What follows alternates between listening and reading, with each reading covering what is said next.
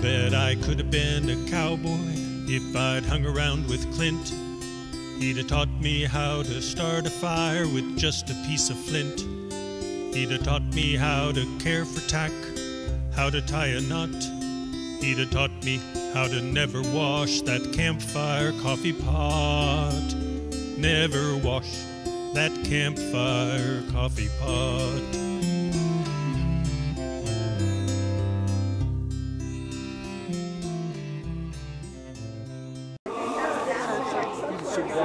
All right, well, welcome. You are welcome to take a seat. You're also welcome to not stay. If you want to, in the middle of our service, run around with the kids by the trees, you're welcome to do that as well. I wanted to welcome you all here to this celebration of life, this memorial. My name's Scott. I am Clint's grandson, his eldest grandson. As you can tell. That's right. And it is such a privilege. It is such a privilege to get to spend this time together today, to all gather together, to remember, to celebrate, to laugh, to mourn, to grieve, and to and ultimately to celebrate the life of an incredible man. It is a beautiful day on Brush Creek.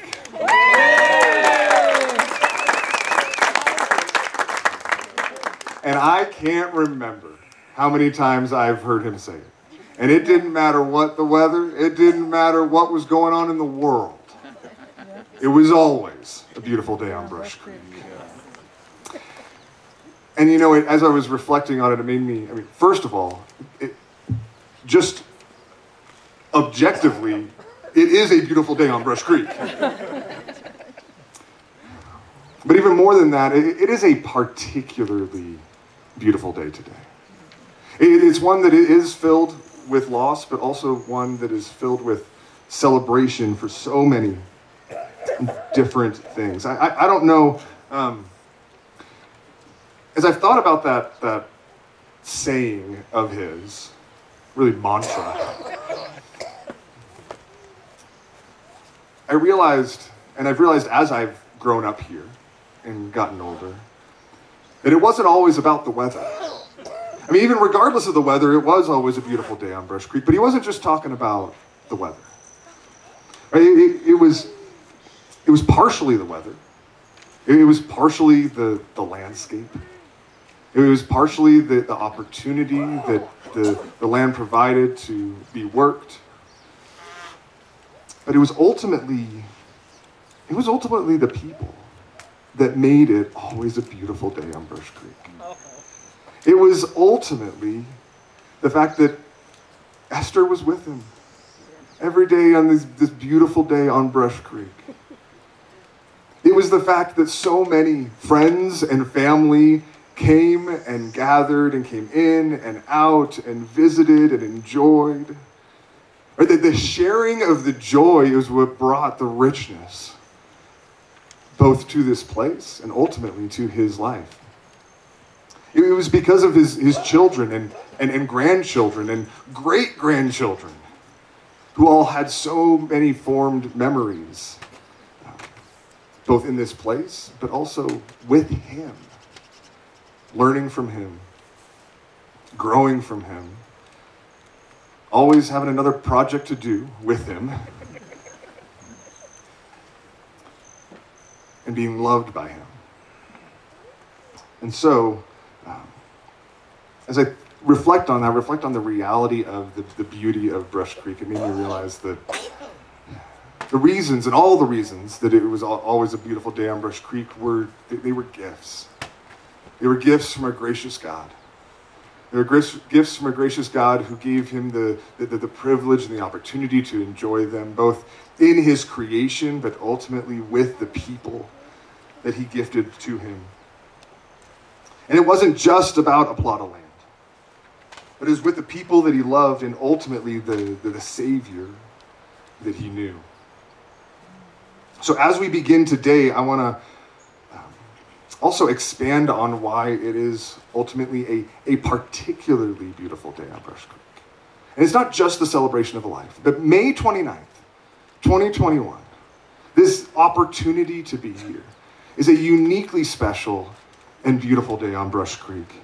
Because not only do we get the opportunity to remember and celebrate the life of an incredible man, we also get the privilege of stopping together, slowing down, and considering our own lives in light of that. But memorials, funerals are often events that I think sometimes people would avoid if they could. But the reality is, death is an inevitable part of life. This is how every one of our stories ends. And there's actually a beauty in the opportunity to stop and consider that together. Here, in moments like this on Brush Creek today, we gain clarity in our own lives, in our own places in this world. In the biblical book of Ecclesiastes, Solomon, one of the kings of ancient Israel, he wrote, "It is better to go to a house of mourning than to go to a house of feasting, because that is the end of every man, and the living takes it to heart. Sorrow is better than laughter, for when a face is sad, a heart may be happy." He said, "The mind of the wise is in the house of mourning." See, not only do we get an opportunity to celebrate a great man today, we also get to reflect on that life. And as Solomon said, this is the end of every man. He says, "And the living will take it to heart. And because of that, this," he says, "is where wisdom can be found." And in one sense, one last gift of all the wisdom that he has imparted onto all the generations for his entire life, we get yet another opportunity to learn wisdom in this place, to learn wisdom from him. And it's for those reasons that it surely, truly is a uniquely beautiful day on Brush Creek. Can I pray? Let's do it. Heavenly Father, we thank you for the beauty of your creation. We thank you for your handiwork and how it is displayed in every blade of grass and every mountain peak. Lord, your glory is on display. And God the Son, we praise you for your kindness to smile on Grandpa Clint, to give him not only so many great relationships, but the ultimate privilege of this life, a relationship with you. God the Spirit, we thank you for your presence here. Will you work on our hearts, bringing us comfort for that which we've lost and wisdom for however many days you will grant us on this earth. Amen. Our first reading in our service today is from Psalm 127. And if you have the trifold program that was handed to you, I'd invite you to open it up, because our first reading today is going to be a responsive reading. And if you are willing, I'd invite you to respond back with that. We've got a few extra here. I want to make sure. But in the trifold, we have a reading here. And so I would invite you to read this with me. I'll read the first parts, and you can read those indicated all.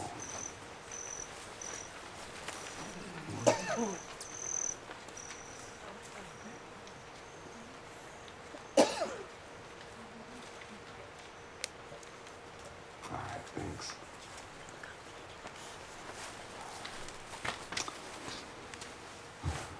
Unless the Lord builds the house, those who build it labor in vain. Unless the Lord watches over the city, the watchman stays awake in vain. It is in vain that you rise up early and go late to rest, eating the bread of anxious toil, for he gives to his beloved sleep. Behold, children are a heritage from the Lord, the fruit of the womb of a reward. Like arrows in the hands of a warrior are the children of one's youth. Blessed is the man who fills his quiver with them. This is the word of the Lord. Our second reading is a poem, and it's going to be read actually via audio. It's a poem written by Clint's son, Albert, my Uncle Al, the cowboy poet, as he's known, Doc Al, the cowboy poet, as he's known. And he wrote a poem inspired by this man, inspired by this place. And instead of one of us reading it for him, he's not able to be here because of travel restrictions, and he's in another country, and we all know what that's been like this last year. But he kindly recorded this for us so that we could hear in his voice the reading of the poem Grandpa Owned a Couple Acres. Grandpa owned a couple acres with a home built by his hand. And despite the modest size, it was a pretty piece of land. He had dreamed of cattle ranching on that Brush Creek Valley spread, but the grass on that wee plot might just support a single head. And he'd heard of microfarms with heirloom produce as the crop, farms that might subsist a year or two till heirloom prices drop. Even if he chose to till that soil, he had no hired hands, only migrant hordes of grandkids who would rotate through in bands. Still, old Grandpa loved to dream of how he'd put that land to use. He would ponder on the wonders that a homestead might produce. Through the equity of sweat earned by the muscles in his arm, amidst those ever-present grandkids, Grandpa started up a farm. He would sow the seeds of trust, the seeds of love and self-respect. Come harvest time, old Gramps would reap the things that you'd expect. He would harvest rows of laughter from those youthful progeny, towering heaps of thoughtful manners, banner crops of harmony, rolling freight cars filled with thankfulness, and crates of smiles and thrills, soaring mounds of putting others first, and bushels of goodwill. Record yields of simply helping out, and piles of pitching in, and the ripened fruits of make it work instead of might have been. There'd be bins of please and thank you, bales of listening with your eyes, crops of hurry time's a-wasting when the sun's about to rise. One great plate of share, a quart of care, a dish of always kind, and a bowl of knowing that we're small in someone's grand design. Grandpa owned a couple acres, and he worked that piece of land. And you'd count yourself as blessed if you once worked there as a hand.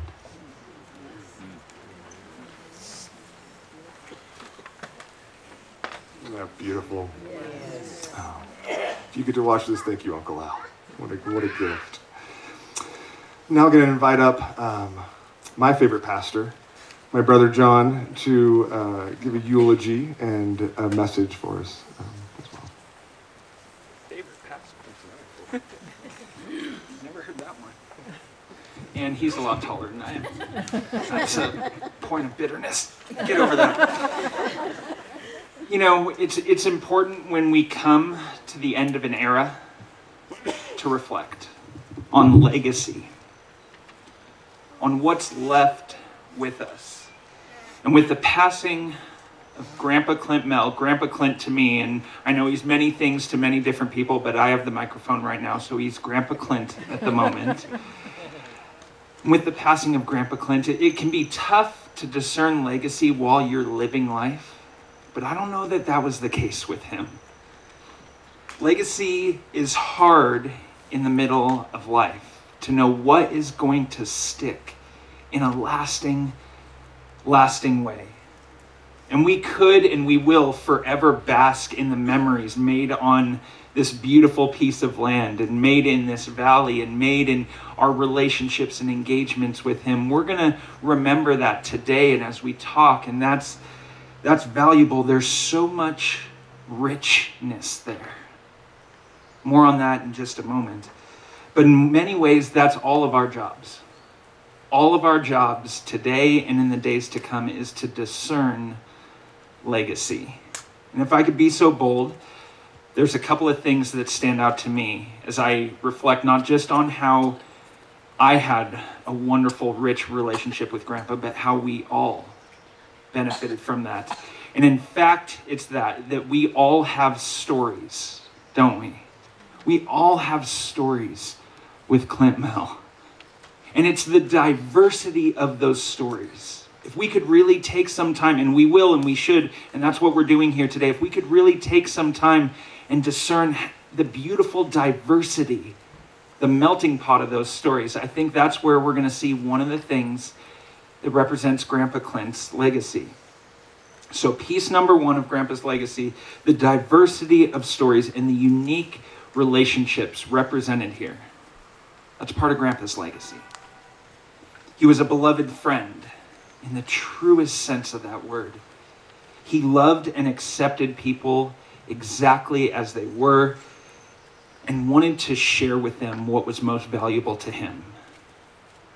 His time, his beliefs, his tools, right out of that shed, his wisdom, his manpower, the things that were valuable to him, he didn't hoard or keep to himself. He invited us all in, didn't he? He shared. So all of us gather together to represent one piece of Grandpa Clint's legacy.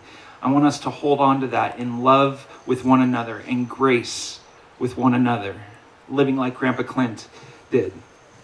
And the second thing that stands out to me about Grandpa Clint's legacy is actually a question. What is it that makes a person rich? Is it just money? It's a very shallow view of richness. All sorts of people spend their lives trying to be rich.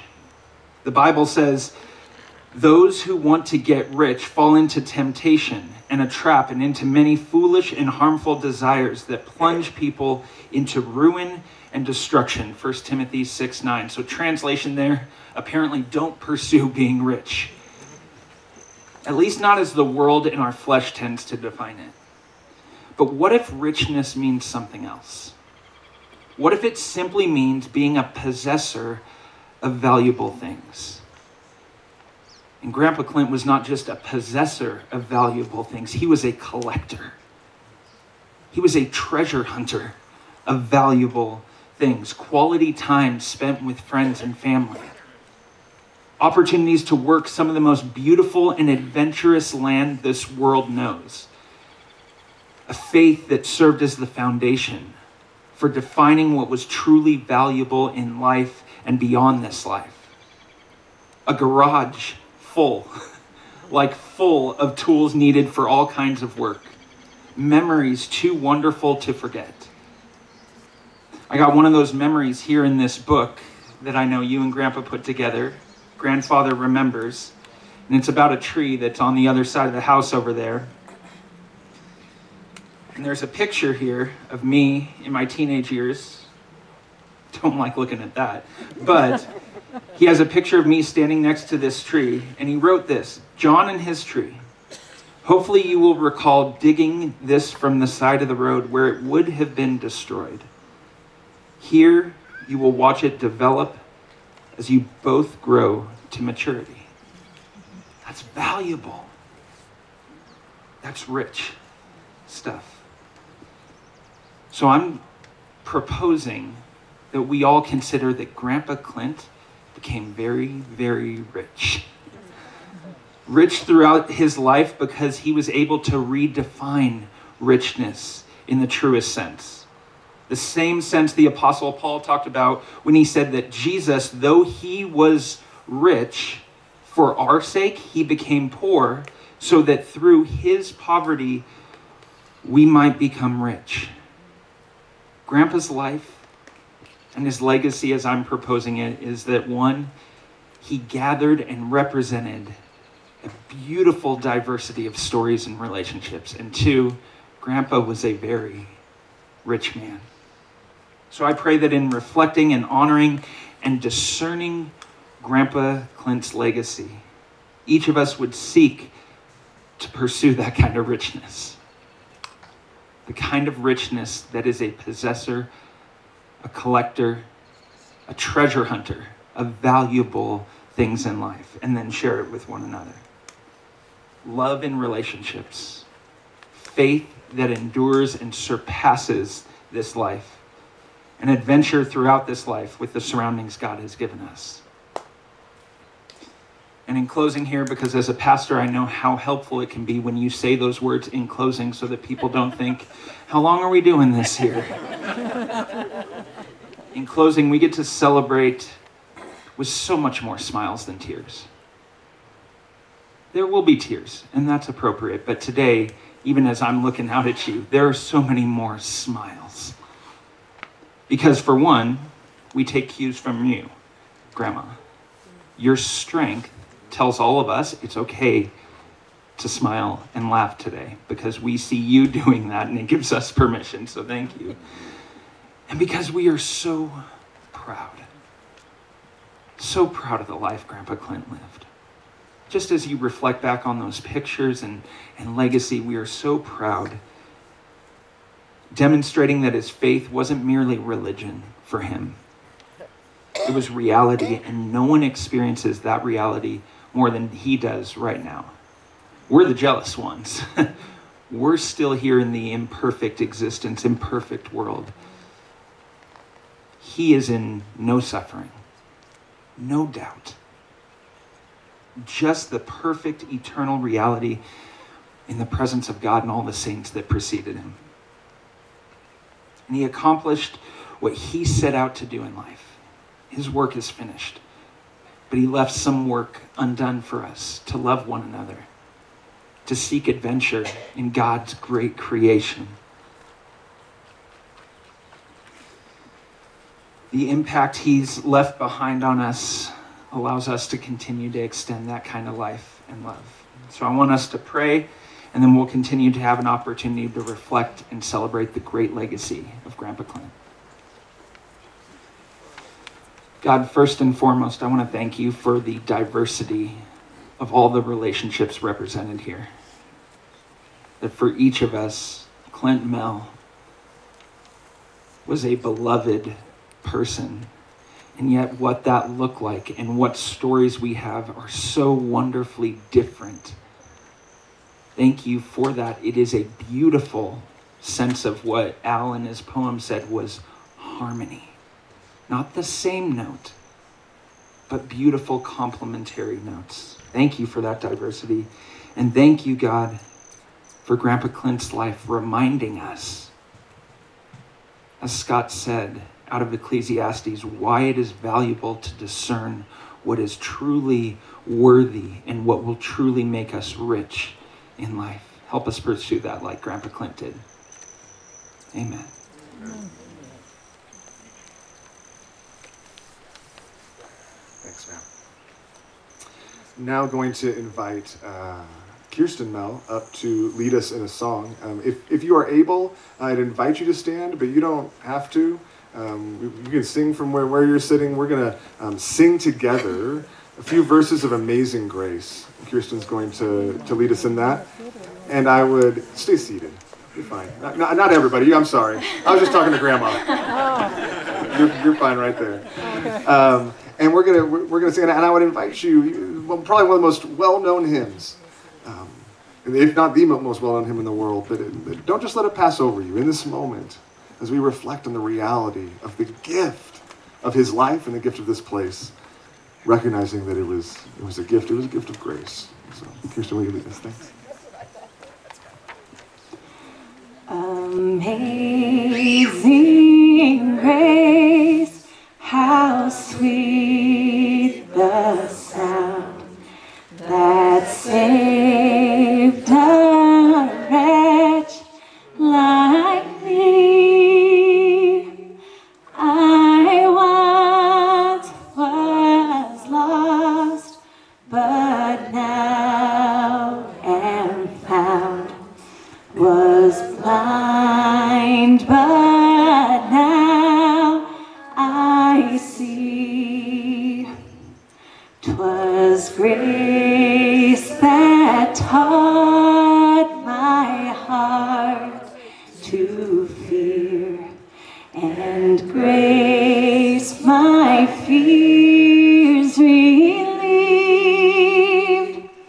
How precious did that grace appear, the hour I first believed. Through many dangers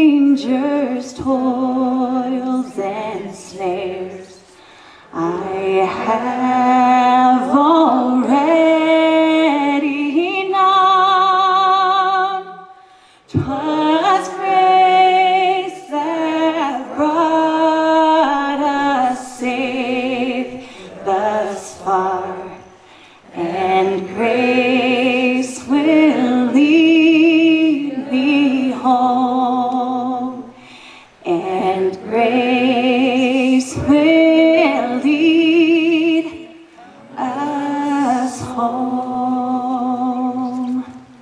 Amen. Amen. You can be seated.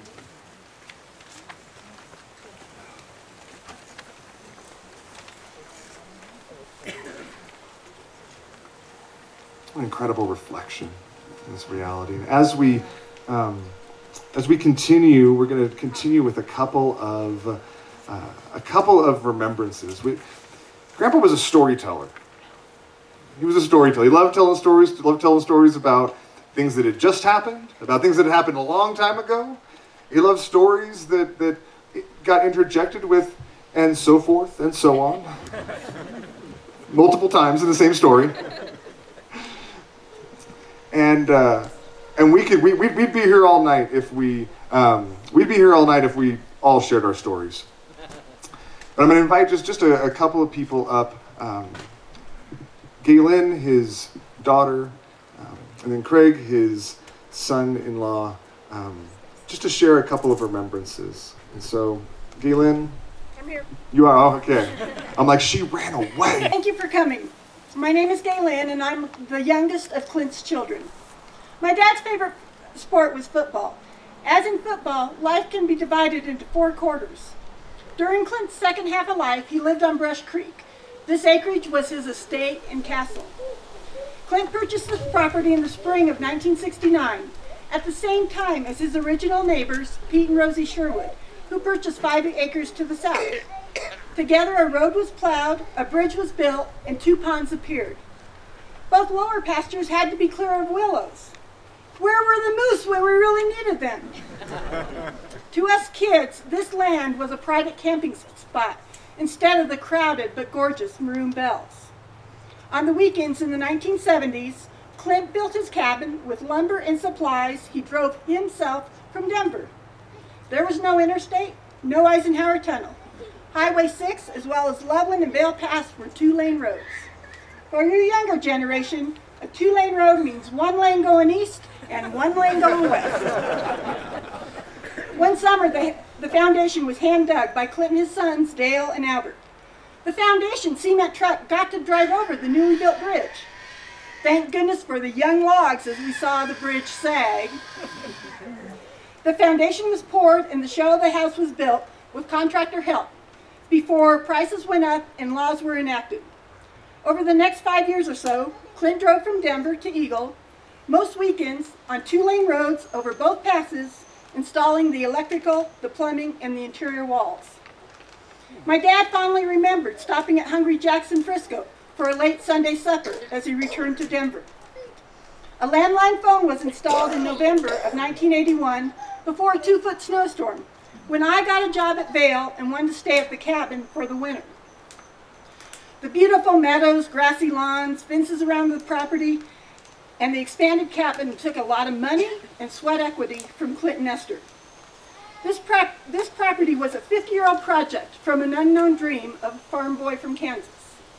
The road, the 4th bridge, the ponds, the original foundation is what exists today. Clint and Esther made their permanent home on Brush Creek in the mid-1980s.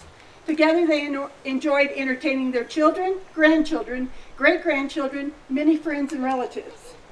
Clint and Esther housed numerous cats. Most of those cats came into their lives by surviving on the land and being invited into the home. The luckiest of the animals hanging out on the Mehl estate are the wild turkeys and the hummingbirdies. My dad's only regret in life is he did not purchase all 25 acres of land that was for sale in 1969. What he did not realize, had he purchased all that land, he would not have known many of you here today. You all contributed to Clint's wonderful life. Thank you.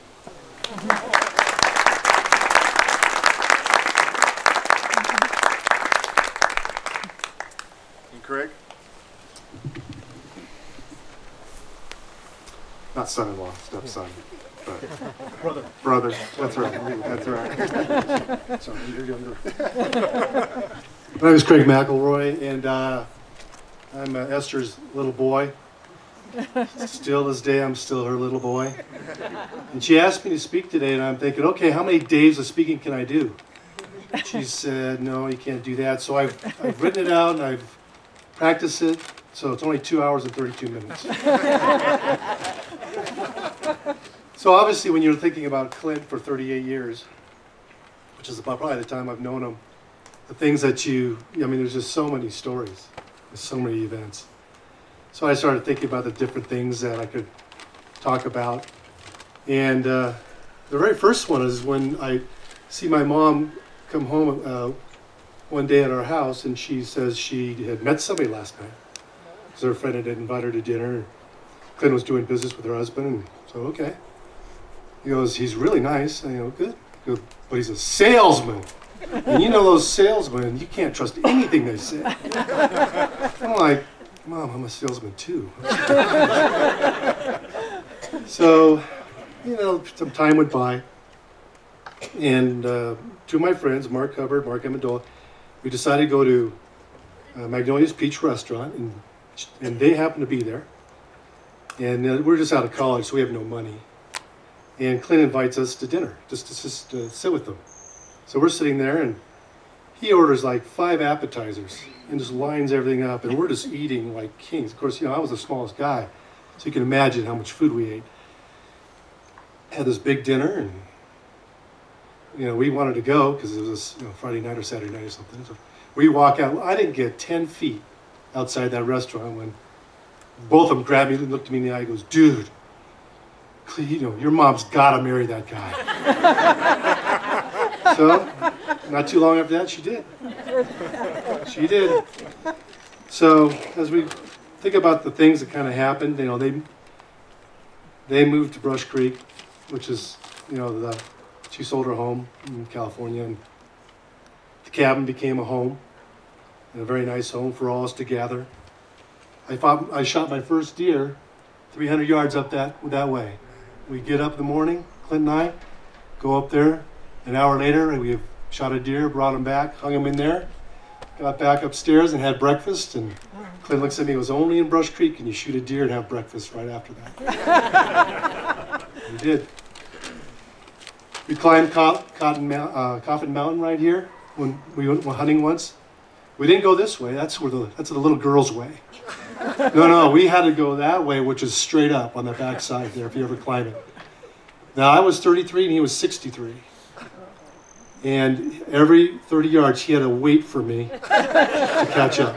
I'm not kidding. He was a pack mule. The guy was amazing. We got to the top. We had a bag of Snickers. I said, give me those Snickers. I ate half of them in like 2 minutes. He had 1 or 2, and he was fine. The guy was amazing, pretty much anything. Remember coming to the house one time?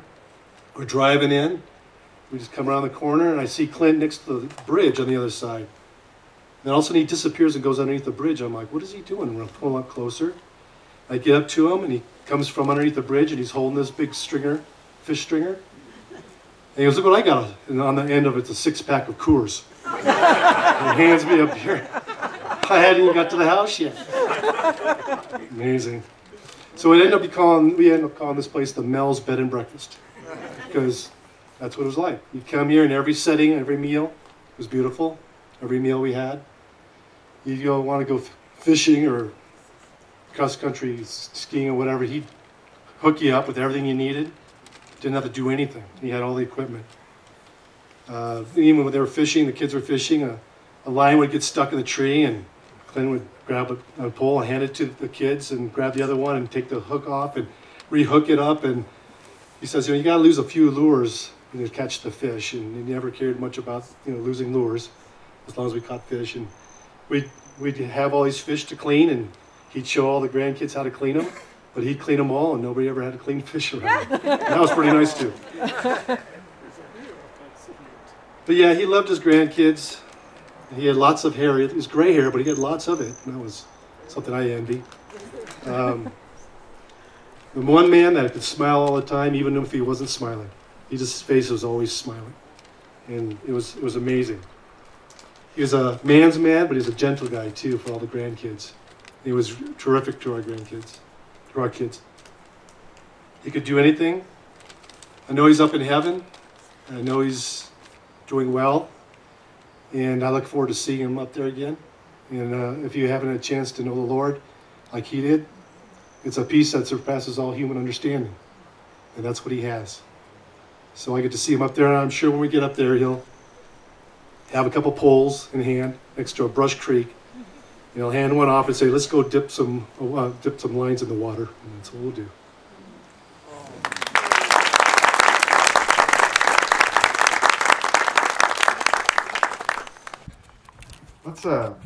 We're gonna have one last, actually, so I'll tell you what I'm gonna do. It's what he would always say. I don't know how often he said it with all of you, but it particularly came out when he was playing cards with the grandkids and the great-grandkids, because you knew he had a great hand when he just sat back and he'd been quiet for so long. And then it came the time to lay down what was in his hand. And he would always say, so I'll tell you what I'm gonna do. And you knew you were in trouble.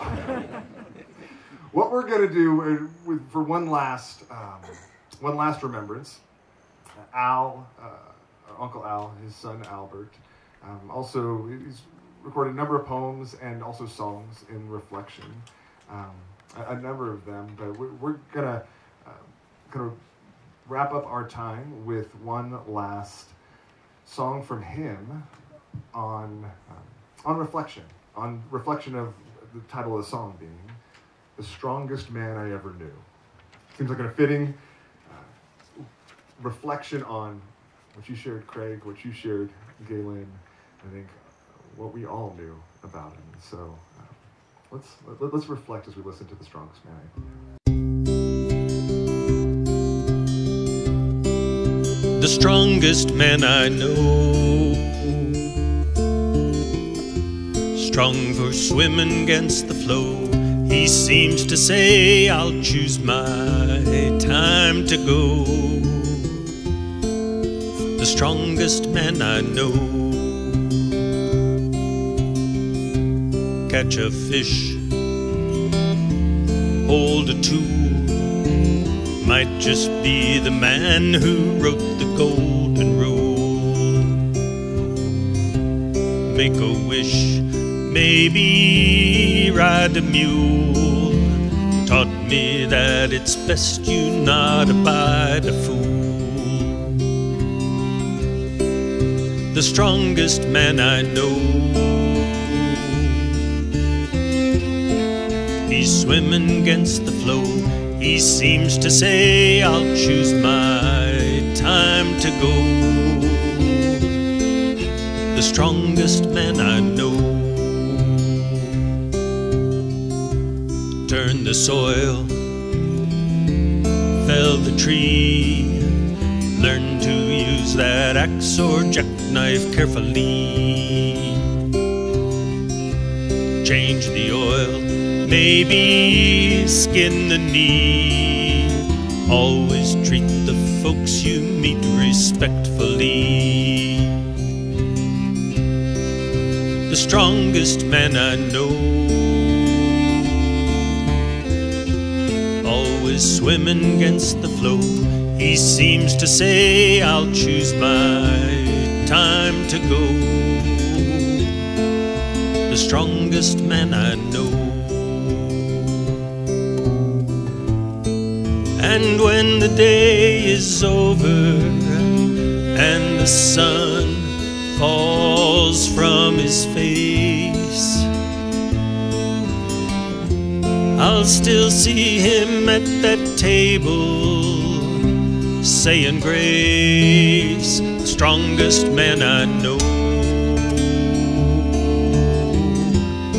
Still swimming against the flow. He seems to say, I'll choose my time to go. The strongest man I know.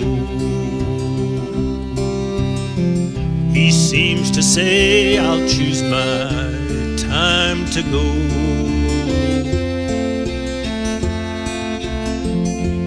He's strongest man I know.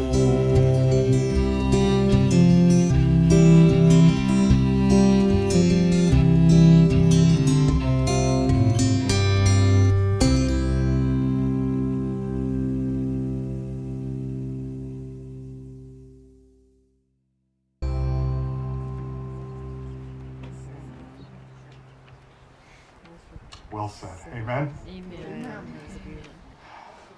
As we close, would you indulge one last reflection from a grandson? Yes. You know, they always say, like, we got to wrap these things up. You know, we got to go. And I'm not going to share long.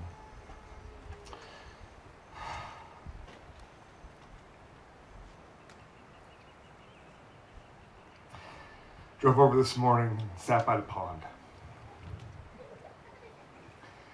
And as I did, so many of us have been talking even over the last few days. And you hear it in all the stories here. The man and this plot of land were inseparable in so many ways. The stories of both so intertwined. And so many of us, as we come and as we've come and gone and as we've grown up and as we've learned in this place, as our tubes have smashed into that shed and we've carried each other down these hills after injuries and down from the bat cave and you know, fished out of the pond and fished each other out of the pond and keep hearing this refrain. It's like a slice of heaven. It's like a slice of heaven. And you know what? It is. And what I want to just underscore as we wrap up our time in this reflection, and maybe even echo as we go through our reflections together, that I believe it's supposed to be. I believe the beauty of this place. I believe the not just the physical beauty, but the created beauty of this place. But also the fact that so many of you, particularly a family, can walk around and see your tree that he planted specifically for you. To know as you do, wait, this is a place I had a place here. This is home.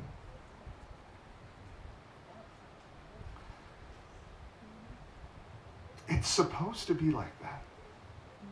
And there's a sadness to the fact that at times, or not at times, there's a sadness to the fact that on this earth it comes to an end. His life came to an end. Our lives come to an end here. But the thing about slices of heaven on earth is that they were designed by a creator to point to something greater. To point to a place, to an ultimate relationship, to an ultimate place where you can be and you can say, I'm home. All of this creation was designed by, I believe with all of my heart, by a creator on purpose to display not just the joy, not just the glory of those who tend it, but to display the glory of the one who designed it and tasked those who were created in his image to tend it as he would. And so this is a story, these stories that we tell, I believe, on my heart ultimately are stories about God. They're stories about a God who creates. They're stories about a God who invites us home. There's a story about a God who, as we sung, who every one of these pieces, every one of these blessings was an amazing grace from an amazing giver. It's a story of heaven. And we're supposed to long for feelings like this. We were created to long for feelings like this. And we get it in glimpses. We get it in shadows. And this, as good as it is a shadow, just a taste of who he is and what he offers to us. And knowing him.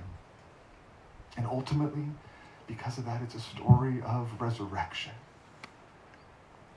story of resurrection, that we have a hope, that in God's word, in Jesus Christ, who Clint trusted in, we have a hope that death is not the final, that the burial that we did yesterday is a final resting place for his body, but is not his final resting place, because Jesus Christ rose from the dead, declaring victory over death.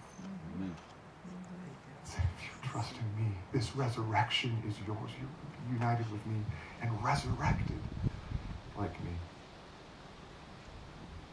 And as I was sitting there, this piece of heaven, the power of it is meant to bring this welling up sense of longing and enjoyment and joy in our souls, and a longing for something that will last, that he knows now in full.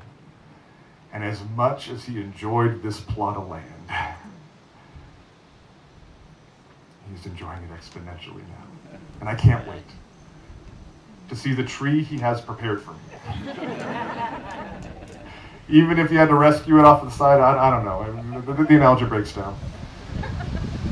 Not sure there's trees that are going to be destroyed that he has to rescue, but I'm sure he's planting some, for sure. And so, in conclusion, as we do bring this service to a close, all of our eyes have been, through this place and through this man, ultimately lifted up, lifted to heaven, lifted to grace, to gifts, through the life and the blessing it was to know Clint Mehl. Clint was a great, even though imperfect, man, most ultimately because he had a great and perfect God. Every story we've heard about is a testament to that goodness. Every story we've heard about is a evidence of the faithfulness of that God. And so I want to close our time with a benediction, a prayer. But it's not just any prayer. It's a familiar prayer in his home. It's a prayer that declares the goodness of God. It's a prayer that reminds us that every beautiful day on Brush Creek didn't just happen. Every beautiful day on Brush Creek was a gift. Brush Creek is a gift. Not an arbitrary blessing from the universe, but a personal gift from a God who cares. But it's also a prayer that is sung. You guys gonna get ready for us? You gonna help lead us in this? It's a prayer that's sung. It's a prayer that has been sung countless times around the dinner table with Clint sitting at the head. It's a prayer that is traditionally sung while holding hands. So if you have somebody near you and you can grab a hand, I would encourage you to do so. If you don't know it, it's fine. You can just listen. But I'm going to ask my father, Clint's eldest son, to lead us in our benediction today.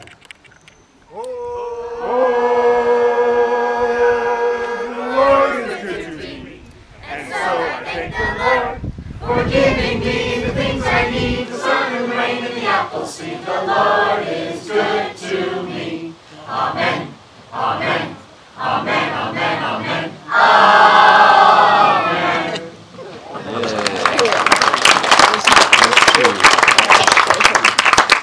The Lord was good to him. Amen? Amen. Amen. Yes. Amen, amen, amen, amen, amen. Yes.